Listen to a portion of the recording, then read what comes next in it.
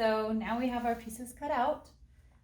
You should have 2 of the larger pieces and 2 of the liner pieces. Now this particular mask has a casing, so that's why the outer pieces have a longer edge here. So that's how you know. I did cut these out without doing the seam allowance, so we're just gonna use standard measurements. I have a tape measure here if I need it. I have my trusty Easy Press Mini that I love using for small projects like this. I have some scissors and my sewing machine with just some cotton poly thread. So first, we're gonna make sure that your pieces are right sides together, and we're going to sew along this curve. So this is where the nose in front of the mask goes. So we're just gonna sew along there with the faces, with it right sides together, just using a 1/4 inch seam allowance. So I'm gonna come over here and sew that. You can do some back stitching here. It's not super important because this will be sewn in later.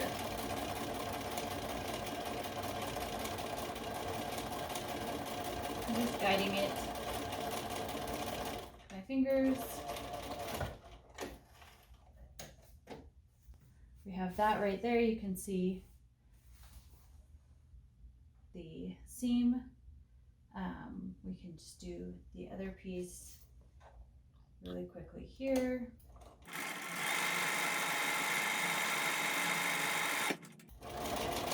Now some people have asked if you could hand stitch it.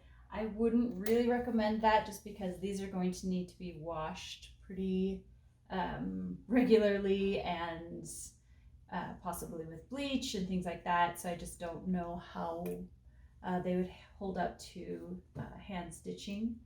And we're going to just notch in here. Now make sure you don't cut through your seams. So I'm just doing little cuts to help along the curve. And then once we've done that with both, we're going to press that seam. So all of this is just going to go to one side because we're going to top stitch that afterwards. So that's where Easy Press Mini is super helpful because it's small enough to get in there easily. It's not heavy, and like you can see, I can do that just right next to my machine. It doesn't take up a lot of space. So I just have that pushed over to one side, and I'll just top stitch it. And I want to keep that top stitching pretty close to my original seam.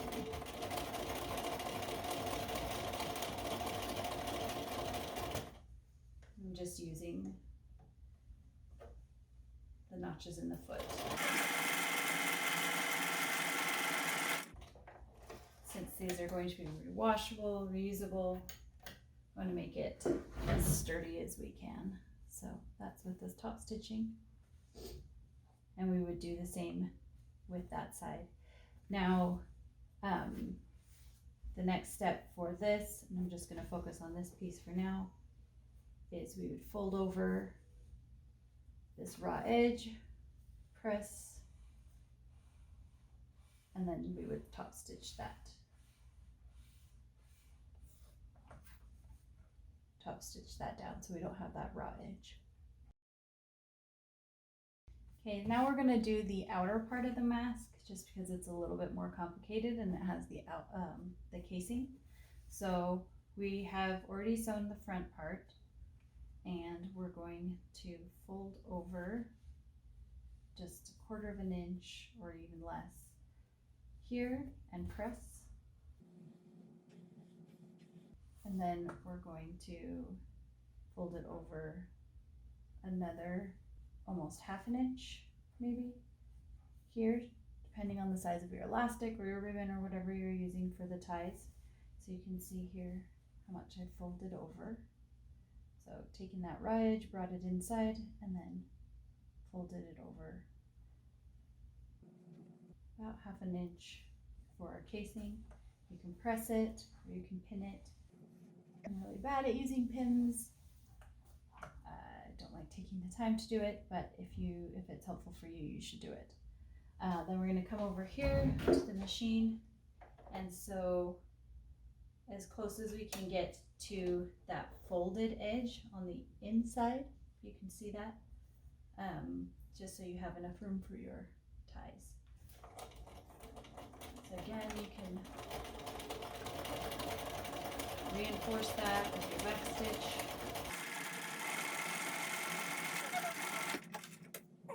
There you have a nice finished casing. You can trim your threads as you go, or do it all at the end. Generally end up with threads all over me by the end. So then you're going to do the other side just the same way. I like doing this step before I've put them together, because that's the next step. It just makes it a little bit easier to handle each piece and the folds and everything when they're not quite together yet.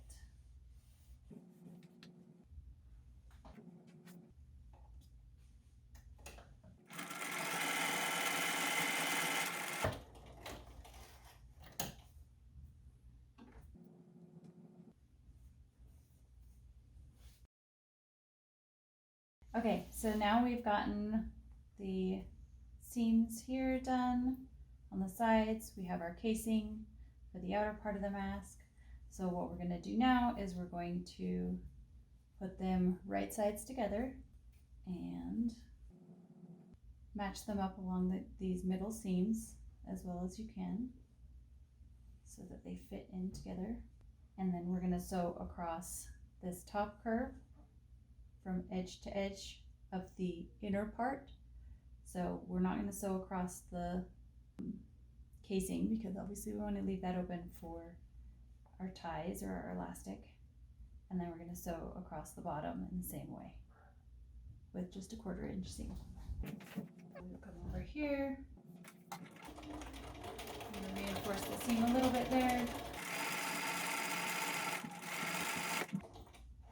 Needle down and lift a little, make sure that I have it correctly.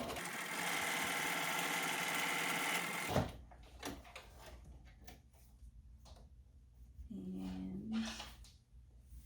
then we're going to just do the other side.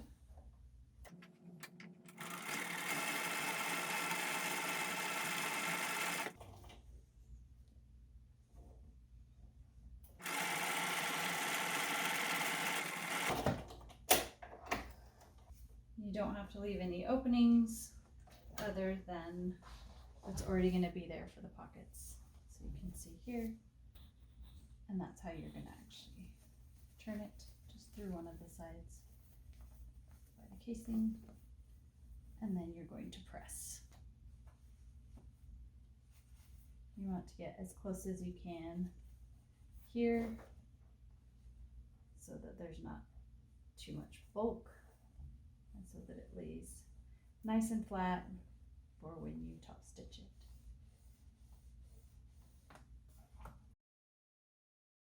Okay, so now we've pressed all those sides down and we're going to top stitch along here. Just again, that just reinforces, makes it look finished, strengthens.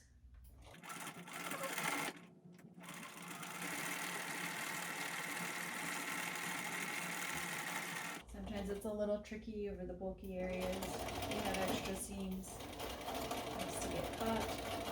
Just be aware of that.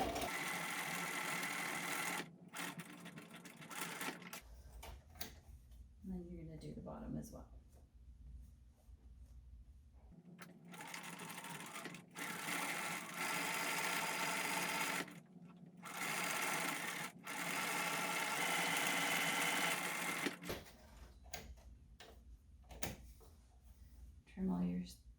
threads.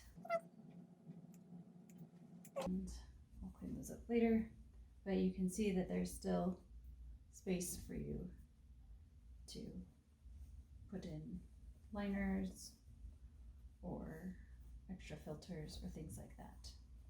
So this is the outside, this is the inside. Now we're going to talk about the different elastics or tying mechanisms you can use. So I've been using elastic I just had on hand, just 1/4 of an inch wide. You can use thinner. I wouldn't recommend thicker just because you have to make your casing bigger. But if that's what you have, use what you have. You could also use ribbon. Just make sure that you burn or otherwise finish the ends, because this will, with washing, just kind of fall apart. So make sure that you finish those so that they last longer, and make them long enough so that it can actually reach and be easily tieable. And then I found these kind of bread ties. If you're worried about making sure that the mask is tight over the bridge of your nose, you could always put this in. This one is a good one because it's got a plastic covering, so it's not gonna fall apart in the wash. But you could always insert it over the bridge area and then just sew again a little, almost like a casing. So you're just going to put another seam, kind of like a little rectangular box along there to keep it in place, so that when you are wearing it, you can form it to your nose and it will hold its shape. And for inserting your elastic or your ribbon, I just use a small safety pin on, thread it through one side of your elastic, and then I come up from one end, so I go through the casing on one end, and then as I go up, I'll come up around here and then back through the top around, and then I do a zigzag stitch joining the two ends. So it's pretty simple, or if you're just doing it with ribbon and 2 pieces, then you can just do them long through each side. So pretty easy. Hopefully this helps you make your own, make some to donate, whatever you're planning to do. I hope to see your finished results. Thanks.